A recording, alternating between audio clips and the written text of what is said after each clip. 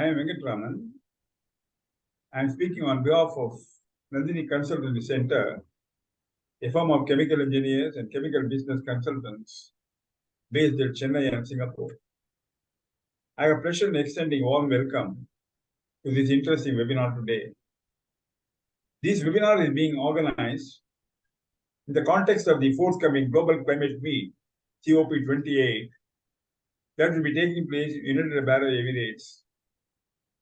During the last few decades, there have been huge concern across the world about the global climate crisis, global warming, and temperature increase.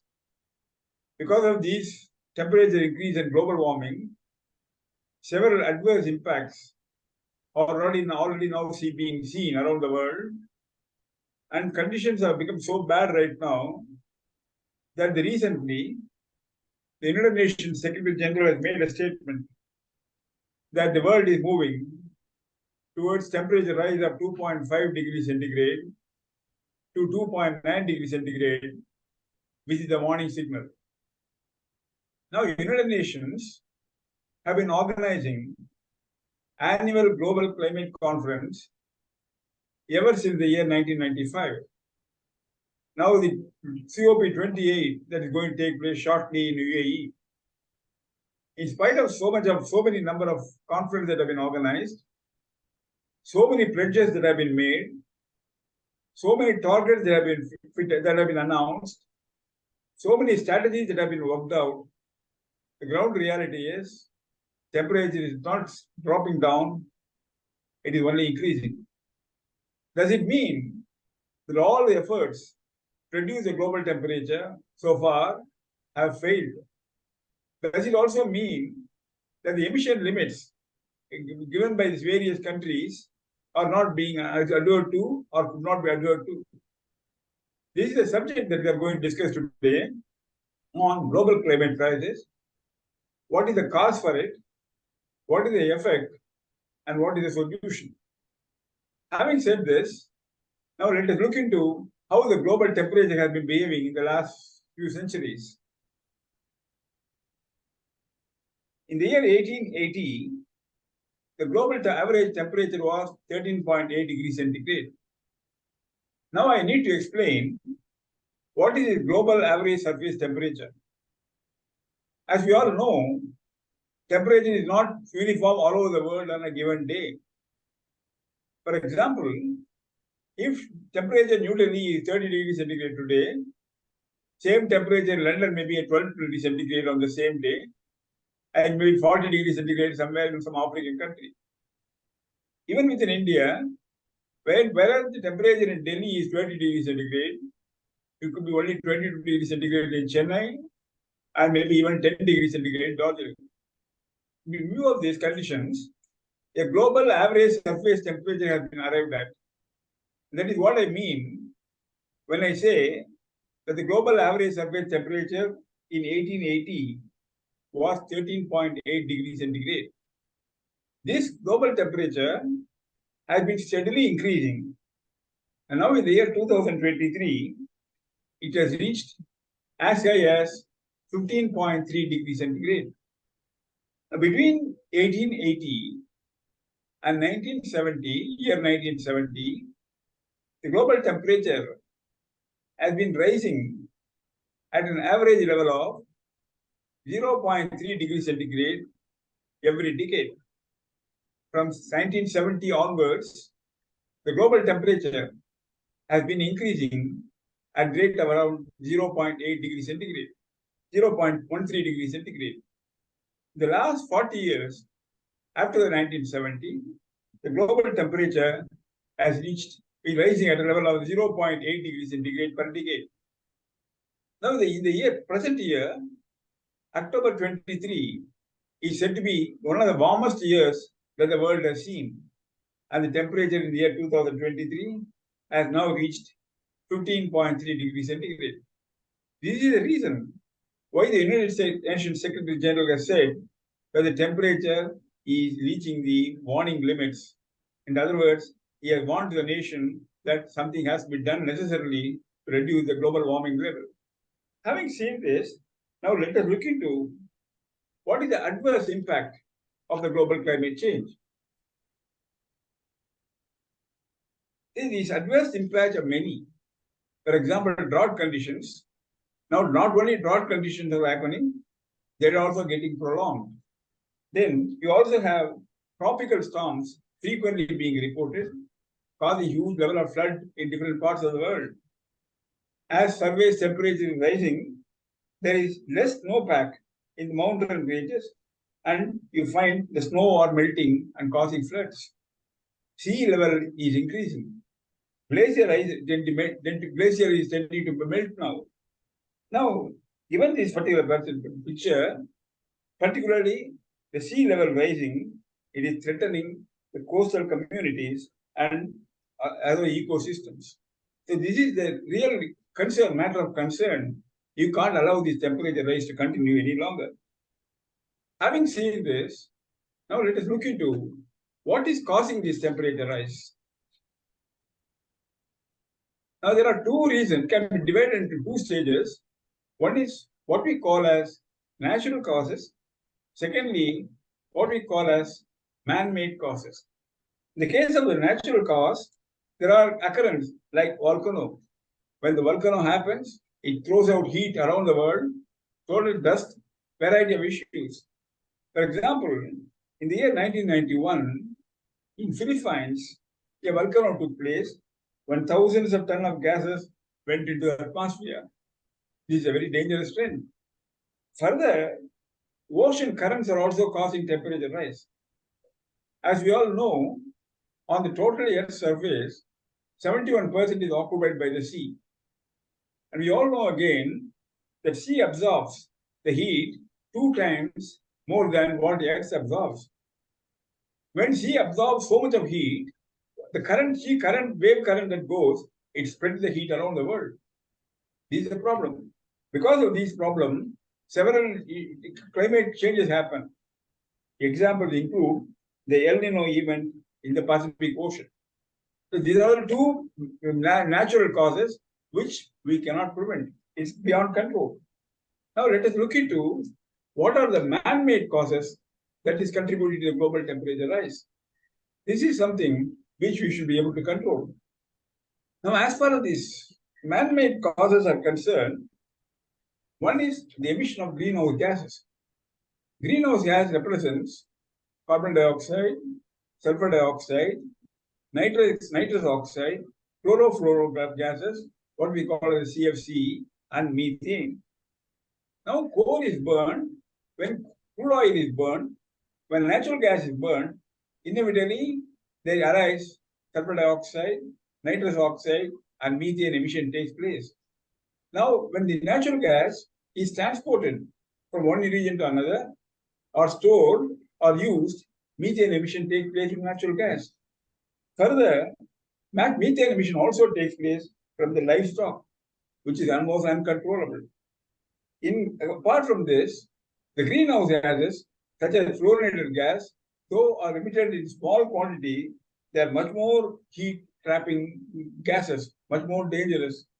Apart from that, there are several chemicals that have been used, that have been introduced, like some of the pesticides, which have high level of toxicity and causing problems. For example, we can say there is a pesticide called methamine, which are one of the most toxic pesticides known to mankind. So these are all the issues, man-made causes, which we should be in a position to control if we are going to control the global temperature rise. The question is whether we can really control it and what is the strategy. Having worked out this, let us now look into specific cases of carbon dioxide emission. If we take this carbon dioxide emission, in the year 1970, it was around 14.79 billion tons. And in the year 2018, it went to 36 billion tons. The problem with the carbon dioxide is, when carbon dioxide emission takes place, its lifetime is more than 200 years. So once it goes, it doesn't go in our generation or even the next generation. It stays on there. That's a very big problem. Now, having looked into this, let us look into what causes the carbon dioxide emission. The carbon dioxide emission is principally caused by different types of fuel. For example, in the case of natural gas, it is 19.9%. In the case of coal, it is as high as 40.3%. In the case of cement, it is 4.1%. In the case of crude oil, it is again very high, 35%, and flare is around 0.7%.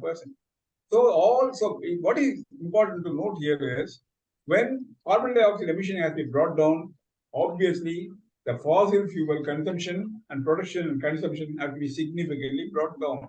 We are unable to do this. Having seen about the carbon dioxide, now let us look at the nitrous oxide emission. Nitrous oxide emission is always given in the terms of the carbon dioxide equivalent. It was 2.23 billion ton in the year 1970. Now it has reached 3.15 billion ton, very high figure. And the problem with the nitrous oxide is, just like carbon dioxide is staying for 200 years, nitrous oxide stays for 114 years, 114 years. It's nitrous oxide. It never goes away. Then let us look into the next one, is the sulfur dioxide.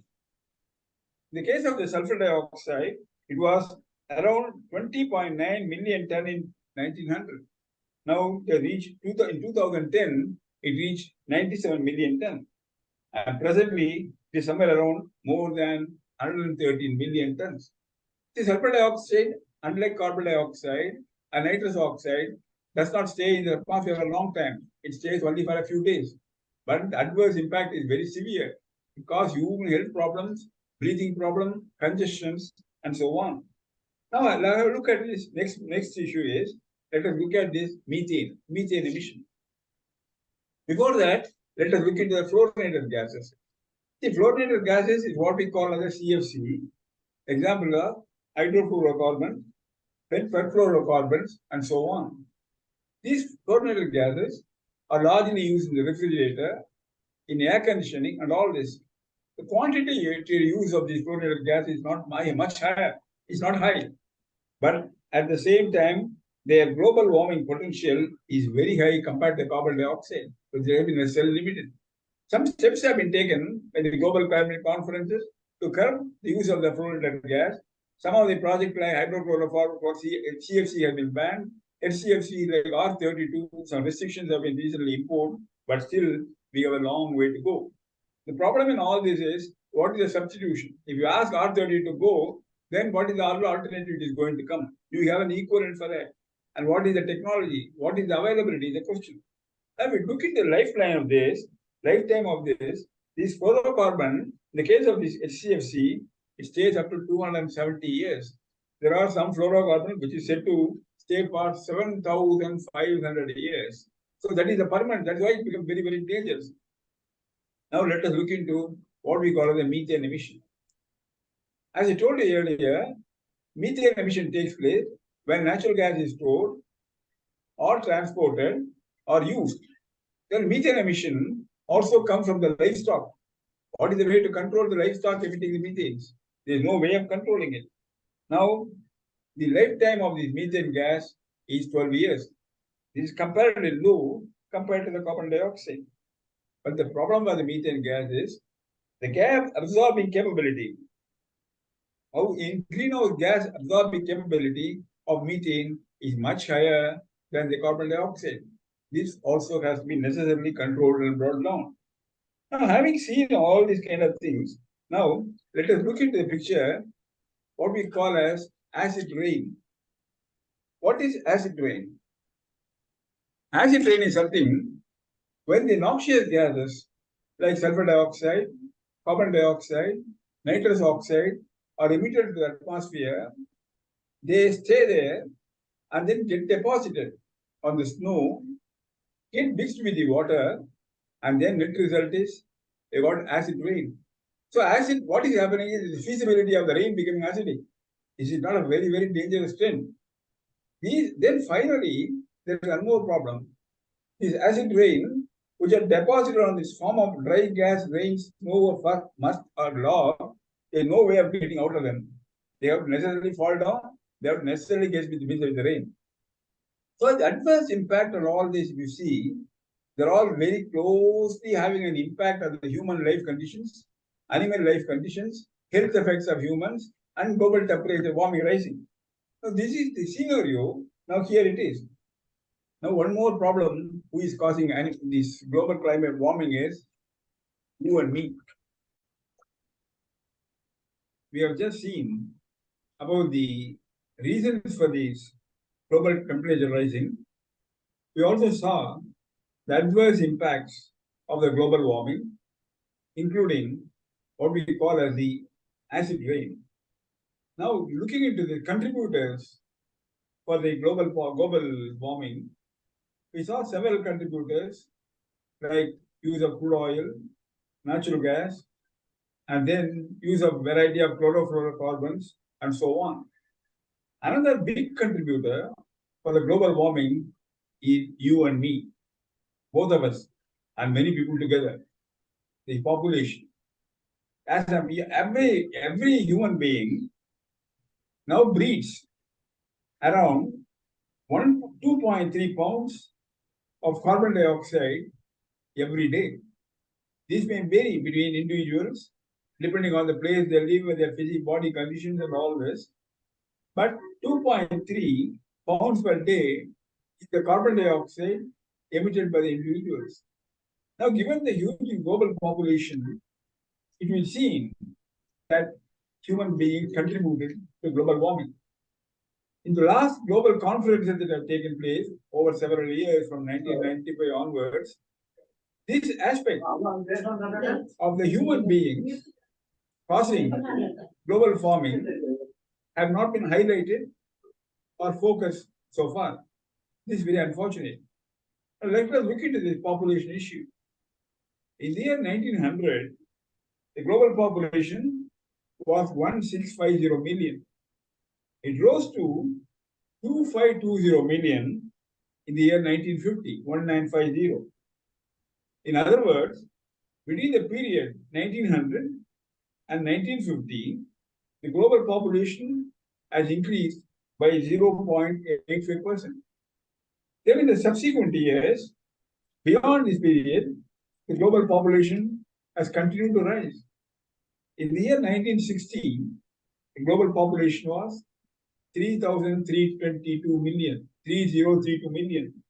Again, from this figure of 3032 million in 1960, the population in the year 2019 has increased to 2713.47 million people. In other words, between the year 1960 and the year 2019, the global population has increased by 1.6% per annum. That means people have been multiplying every year. Now let us look into the historical trend. We take the historical trend, having an overall holistic picture. In the year 1900, the global population was 1650 million. In the year 1910, the global population increased to 1.1750 million, and in 2022 now it is 7970 million. What this shows is the contribution of the global population to the global warming cannot be ignored anymore. And countries like India, China, and some African countries where the population growth is still substantial, they need to take note of it and realize their responsibility to curb the population growth to ensure that they are not the culprits in the global warming scenario. Now, what is the United Nations organization doing in these extremely difficult conditions? From the year 1995, United Nations have been organizing annually Global Climate Conference. Now, next conference is going to take place in UAE very shortly. Now, during these global climate conferences, so many pledges have been made, so many targets have been fixed, so many strategies have been worked out, so many emission levels have been given, but the fact is there is no change in the ground reality, there is no change in the ground conditions. The situation is so bad that the United Nations Secretary General has now accepted before the start of the next global meet in UAE in 2026 shortly. He has said, UN Secretary General has said that we seem to be losing a grip on climate change. Further, he has said during the world is moving towards a global temperature rise level of 2.3 to 2.9 degrees centigrade, which is the ultimate warning limit. So now the situation, the grim nature of the situation has been confessed by the United Nations Secretary General itself. There is no need to think beyond this. Now, having looked into this, what is the solution for the problem? How are you going to tackle this? One of the important things that will be done here is you have to curb the production of the fossil fuel and the consumption of the fossil fuel like coal, crude oil, natural gas. There is no dispute over this. There is no difference of opinion over this. Everybody agrees that the fossil fuel consumption has to be reduced, which can happen if the production is reduced. But the ground reality is fossil fuel production is not coming down, fossil fuel consumption is not coming down. What is the picture?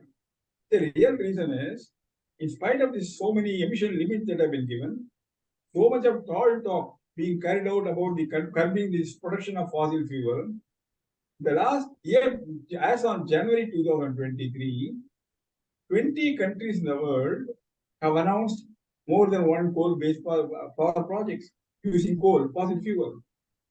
India and China together are now have now considered announced 80% of the new coal-based power plants that are being planned around in the countries. China has recently announced that they are going to put 100 coal-based thermal power plants in the coming years, in addition to augmenting the capacity of the solar power and wind power. This is as far as the story of coal is concerned, where in spite of all these adverse impacts, coal production is not being brought down. As a matter of fact, new coal-based projects are being planned. We take the case of the crude oil. In the year 2022, the consumption of crude oil is around 5.1% more than the consumption of crude oil in the year 2021. That means consumption of crude oil in 1 year has gone up by 5.1%. There is no visible sign of any reduction in the methane production or methane consumption. That's again a very big problem. Now, what is the strategy in these kind of conditions? We are seeing that fossil fuel production is not reducing. We see that methane production is not reducing. Some impact has been made as far as the chlorofluorocarbons. Still, substitutes are not adequately available. So the fluorocarbons are being continued to be used, even if some of them have some global warming potential. Now here, what you need to know is, during the last conference, 151 governments have pledged to achieve net zero emissions or no emissions by the period 2050 and 2070. As it looks now, all these targets seem to be going for a toss. Nothing looks like happening. Since because we are not able to reduce the coal and fossil fuel consumption and production. Now, what is the hope of reducing the fossil fuel consumption and production? The world is working out a few strategies. One is go for a massive production of renewable energy, coal that based on solar power and wind power, which is very, very eco-friendly. Absolutely no impact or problem on that. But then the problem here is you don't have a sun throughout the day. During the daytime only you have the sun. Wind, several countries, and particularly in India and all this, high wind speed is available only for a bit of 4 months in a year. Because of these reasons, the average capacity utilization of the renewable power plant, solar and wind power, is hardly in the region of 20 to 25%. In other words, if 500 gigawatt of power capacity has been augmented for the renewable energy, the effective power that you are going to get is only 100 gigawatt. That means renewable power production is unlikely to increase very, very significantly in the coming years to the level of the need. That's number one.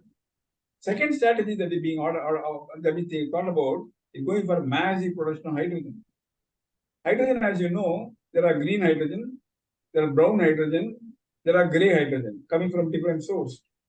Hydrogen will be eco-friendly only if hydrogen is produced as green hydrogen. Hydrogen is produced by water electrolysis. And for the water electrolysis, power is required. It is very highly power intensive. For example, 50 kilowatts per hour of power is required for production of 1 kilogram of green hydrogen. Now, replace the fossil fuel by green hydrogen, millions and millions of tons of green hydrogen are required. Then for the millions and millions of tons of green hydrogen production, the water electrolysis, very millions and millions of renewable energy power required. We are unlikely to get that kind of renewable power generated to meet the requirement of the green hydrogen. That's a big problem. That means there's no point in producing hydrogen using coal or crude oil or natural gas because they are not going to be green hydrogen. They are not going to be eco-friendly. That means we have necessarily produce hydrogen by water electrolysis by using this renewable power. Renewable power is not going to be enough. Further, the cost of production of the green hydrogen from water electrolysis is going to be at least 10 times more than the conventional hydrogen that is being produced from crude oil or natural gas. So it looks as if the world has to keep its fingers crossed as far as the green hydrogen is concerned. This may not be a permanent solution, or it may not be a long-term solution. Of course, let us give credit to the efforts of the scientists, technologists, who are looking into various options to produce green hydrogen in the most cost-effective manner, but they're all really working in the progress stage, and we are unable to predict what is going to happen.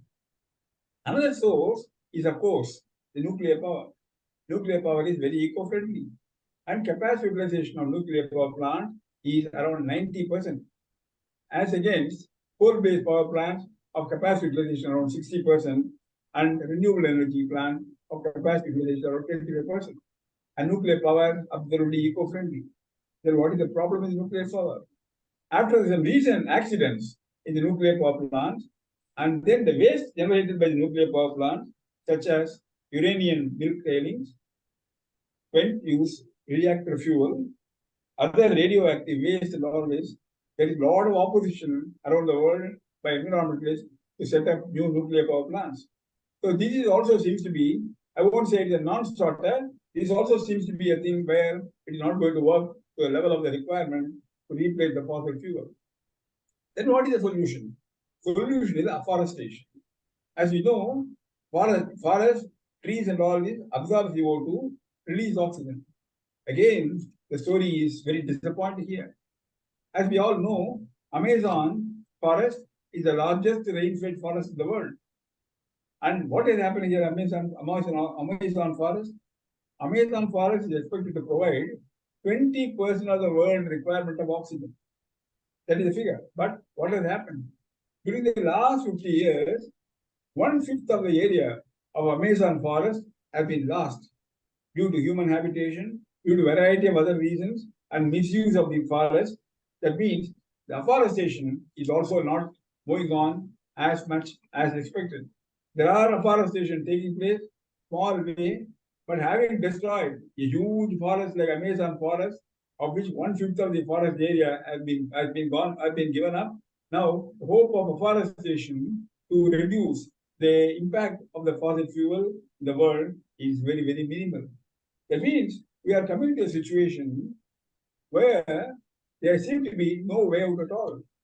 So what we are thinking talking in the global climate conferences are all ultimately we are talking in a vacuum. Because we are saying, India has said that we will reach zero emission by year 1970. USA, China has said that they will reach zero emission by 1950. So many commitments have been made. But what is the point in making commitments when follow-up actions are not being taken?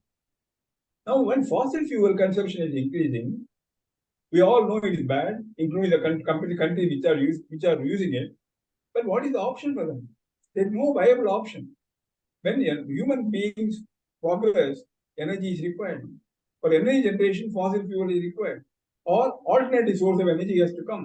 We are unable to get an alternate source of energy to compensate for not using fossil fuel as the energy source. Now we come back to square one, where we go. Here, the observation of the United Nations Secretary General become very, very relevant. He has been honest enough to say that the world seems to be losing grip on climate control.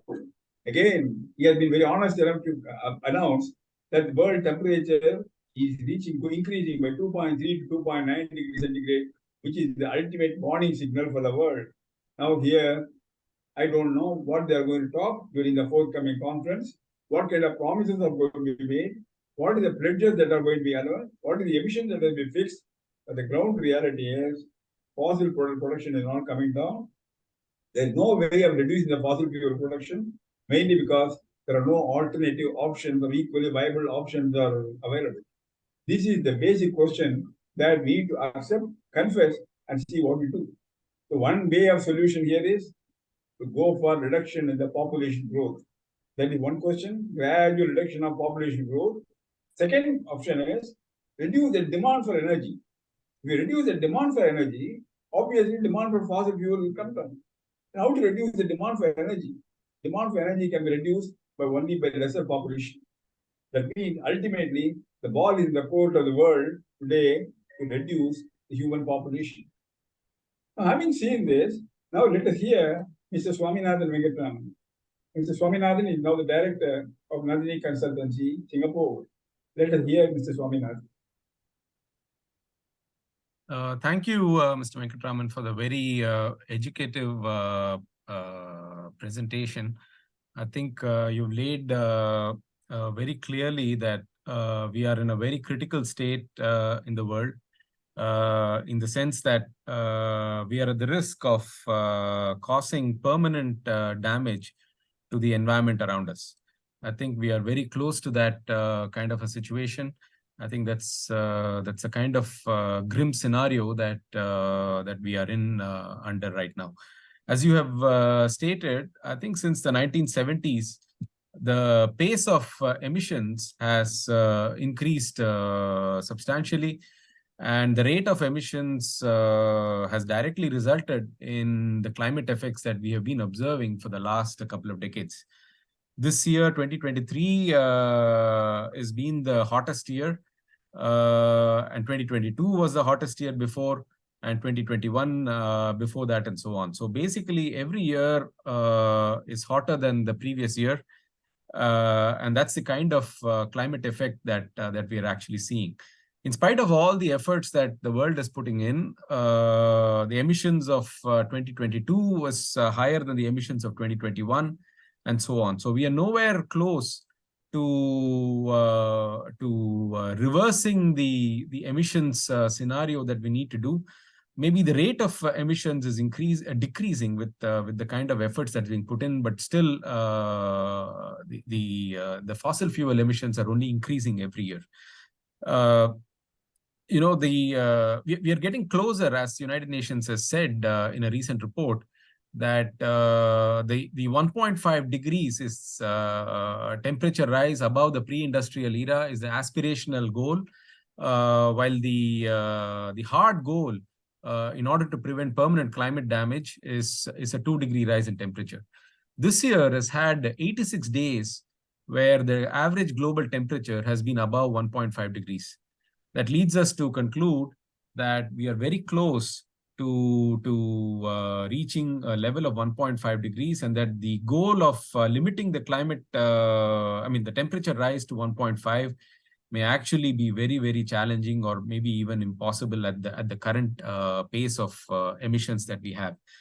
2/3 of the emissions, as Mr. Venkatraman has pointed out, comes from CO2 emitted from fossil fuels. And according to United Nations, at the planned current rate of emissions, in 2030, it's still the rate of emissions would be about 2 times the amount required to reach the 2-degree target that we all have.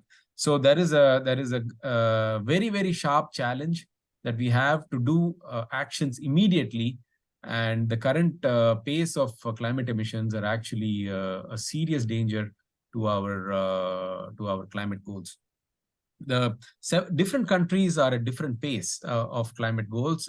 Meeting the climate goals, and that's also part of the global challenge. The large emitters like United States, China, India, European Union are all at different stages of economic growth, and which basically means that they all have different levels of capacity to implement the solutions that are needed, because the levels of economic development of the respective countries are vastly different. So while different countries have given net zero emissions, we already see that the net zero goals are posing tremendous economic challenges. We've seen rise in inflation in the last couple of years that has been very sharp because of the difficulties in energy transition, and that is causing a lot of distress in economic well-being of people. And that also creates a challenge in terms of policy uncertainties, because the moment you have difficult economic challenges, policy consensus between all the politicians in various countries becomes a big challenge. So we already have some countries that are trying to push the net zero commitments beyond what they have already given, because the economic burden that they may have to incur is already proving to be really, really challenging. The carbon budget, which is basically the amount of carbon that we can still emit in the atmosphere to reach the 1.5 degree goal or the 2 degree goal, is shrinking with every year. According to United Nations, at the current pace of emissions, we will reach the 1.5 degree goal within 6 years if we continue the pace of emissions that we have this year. And if we make no change, we will reach the goal of 2 degree in basically 22 years. So we are very close to reaching a state of permanent permanent change, or causing tremendous damage to our environment if we don't change drastically immediately. This is probably what has led the United Nations chief to make the statement that we are gradually losing control of the ability to control climate change. So basically, in conclusion, I think we would like to say that the situation is grim. It is very challenging, and the status quo cannot continue. And we not only need to reduce the pace of emissions drastically, but we also need to probably reach net negative emissions very fast, because as we all know, the climate damage is caused not by incremental emissions every year, but it's accumulated emissions in the atmosphere over the past 100 years. So we need to have solutions, technological solutions, not only to reduce the emissions, but also aspects like carbon capture, which are extremely important in order to reach our climate goals. So basically, the conclusion is that the challenges are grim, technological challenges are huge, and we really need the cooperation of every country in the world, because this is not the problem that can be solved by 2 or 3 countries, however large or powerful economically they may be. But it really needs a consensus across the world in order to tackle the particular challenge that we have. Thank you all for participating in the webinar, and we would love to hear from you. If you have any comments, you could send us an email, and we would be really happy to listen to you and respond. Thank you once again for participating in the webinar.